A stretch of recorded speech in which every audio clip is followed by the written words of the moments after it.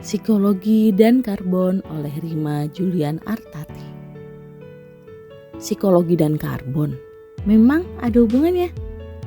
Sampai saat ini belum ditemukan hubungan langsung antara keduanya. Psikologi masih merupakan cabang ilmu yang mempelajari tingkah laku manusia dan sifat-sifat yang mendasarinya. Sedangkan karbon, yang juga disebut zat arang, adalah unsur kimia dengan lambang C dan nomor atom 6. Terus apa hubungannya dong? Kata karbon pertama kali saya pelajari waktu duduk di bangku sekolah dasar. Teknologi saat itu masih belum secanggih sekarang. Karbon saya anggap sebagai salah satu terobosan dengan manfaat besar. Saya sering menggunakan kertas karbon untuk menjiplak gambar yang saya temukan di buku dan majalah. Meski banyak meninggalkan bercak kehitaman yang mengotori kertas, karbon saat itu menjadi solusi bagi saya yang tidak terlalu jago menggambar. Karbon kembali akrab terdengar saat menginjakkan kaki di jenjang sekolah menengah. Kata itu sering warawiri di telinga saya tiba-tiba waktunya jam pelajaran kimia, karena merupakan salah satu unsur pada tabel periodik. Meski cukup menggemari pelajaran tersebut dan memilih jurusan IPA di tahun terakhir sekolah menengah, kata itu tidak serta-merta menjadi lekat di pikiran saya. Menjauhi ilmu pengetahuan alam, saya menghabiskan waktu 7 tahun untuk menekuni pendidikan psikologi. Dunia yang mencekoki saya pengetahuan tentang manusia dengan segala macam dinamikanya. Padahal saya sendiri juga manusia ya. Ya, jadi anggap saja seperti belajar tentang diri sendiri. Kalau ada pernyataan manusia adalah makhluk sosial, itulah yang dipelajari. Ilmu psikologi memahami manusia tidak hanya dari struktur psikis serta dengan bawaan biologisnya saja. Namun lingkungan memegang peranan penting. Bisa dikatakan bahwa jika ingin memahami seorang manusia, maka jangan lupa pula untuk memahami lingkungan di mana ia berada. Dari 7 tahun belajar psikologi, 2 tahun saya habiskan untuk lebih spesifik mendalami manusia dalam konteks industri dan organisasi, yang secara awam dikenal dengan manusia di dunia kerja. Manusia di dunia kerja? Konsep apa lagi itu? Sederhananya disebut sebagai pekerja atau pegawai atau karyawan, bahkan pemilik perusahaan, wirausaha, serta calon pekerja dapat termasuk di dalamnya. Sama seperti psikologi umum, psikologi industri dan organisasi berupaya memahami manusia dan dinamikanya di lingkungan kerja. Ilmu yang saya tekuni kemudian membawa saya pada pekerjaan saat ini. Memulai tugas sebagai penelaah bahan penilaian kompetensi di Kementerian Kehutanan, saya banyak dilibatkan dalam kegiatan penilaian kompetensi pegawai. Bukan sebagai tenaga dukung administrasi maupun pendamping, langsung diceburkan sebagai penilai. Tidak terlalu merasa kaget sebenarnya, mengingat latar belakang pendidikan dan pengalaman yang saya miliki. Meski demikian, saya yang saat itu tergolong pegawai baru tentu saja masih terbatas dalam memahami tugas dan fungsi kementerian. Hal itu membuat saya lemah dalam pemahaman akan lingkungan kerja sebagai konteks yang mendasari sifat dan tingkah laku pegawai yang dinilai. Kelemahan tersebut tentunya mengandung sebuah konsekuensi. Pengetahuan saya akan jabatan apa saja yang ada di kementerian pun masih terbatas.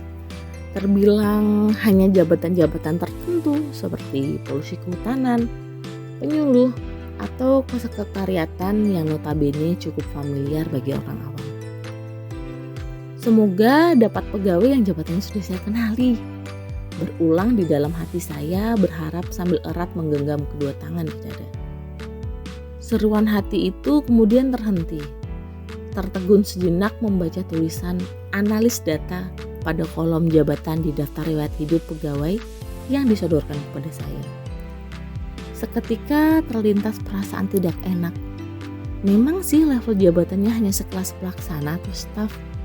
Cuman membaca kata analis cukup membuat saya agak ketar-ketir. Logisnya sebagai analis seharusnya yang bersangkutan tidak hanya mengerjakan persuratan atau mengadministrasikan data.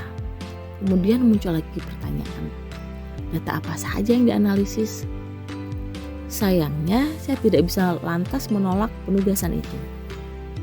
Seketika otak ini langsung menyiapkan kuda-kuda pertanyaan sambil berdoa supaya informasi yang disampaikan oleh yang bersangkutan nanti dapat saya cerna dengan mudah. Sesi penilaian pun dimulai. Saya membuka wawancara dengan mengucapkan salam dan menyampaikan pengantar. Selanjutnya memilih pertanyaan-pertanyaan ringan seputar latar belakang keluarga dan pendidikan untuk membangun pendekatan. Terbalut dalam kalimat, bisa dijelaskan apa yang saudara lakukan sebagai analis data? Saya pun menanyakan tugas dan fungsi yang diampunya. Melakukan perhitungan karbon, jawabnya pula kepada saya. Mendengarnya, seketika pikiran saya diberondong dengan sejumlah tanya. Tugas apa itu? Memang bisa unsur karbon dihitung? Selain jumlahnya yang melimpah di alam serta tidak kasat mata pula, mungkin sama niscayanya ketika kita mencoba menghitung air laut yang ada di bumi ini. Lalu, untuk apa orang kehutanan menghitung karbon? Karbon kan unsur kimia. Bagaimana menghitungnya? Dan seterusnya. Dari berondongan tanya itu kemudian terucap, bisa tolong dijelaskan lebih lanjut apa yang dimaksud dengan perhitungan karbon?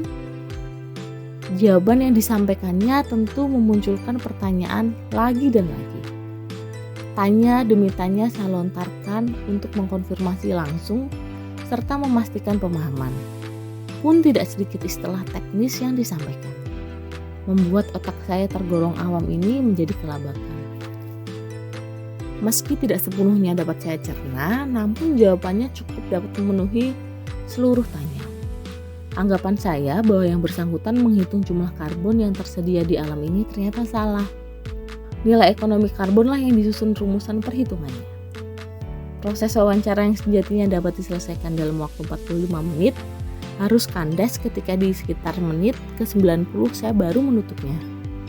Itulah momen pertemuan kembali saya dengan kata itu setelah sekian lama tertimbun dalam pemikiran.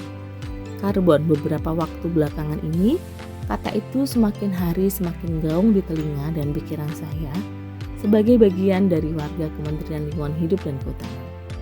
Tentunya seiring dengan gencarnya seruan Indonesia Voluntary 2030. Menjadi warga KLHK tidak serta-merta membuat saya mengerti Indonesia Voluntary 2030. Berlatar belakang pendidikan non-lingkungan maupun kehutanan, serta tidak bersinggungan langsung dalam menjalankan keseharian tugas, saya bisa digolongkan sangat awam terhadap seruan itu. Meski demikian, hal tersebut tidak lantas saya jadikan sebuah pembenaran untuk tidak mencari tahu.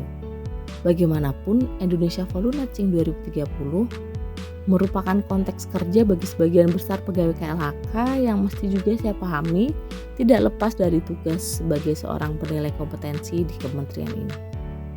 Secara sederhana, saya memaknai Indonesia Voluntary 2030 sebagai upaya negara menyerap emisi karbon. Salah satunya melalui mekanisme jual beli yang memiliki tujuan mulia, yaitu untuk mengurangi emisi gas rumah kaca serta berkontribusi dalam pengendalian perubahan iklim global. Itulah sekelumit cerita dari saya yang berlatar belakang psikologi yang diharuskan paham tentang karbon. Sebuah kutipan Kenneth Nolan saya kira dapat menjadi penutup yang senada untuk cerita saya di atas. Context is the key, from that comes the understanding of everything. Agar dapat memahami sesuatu, maka jangan pernah tinggalkan konteksnya.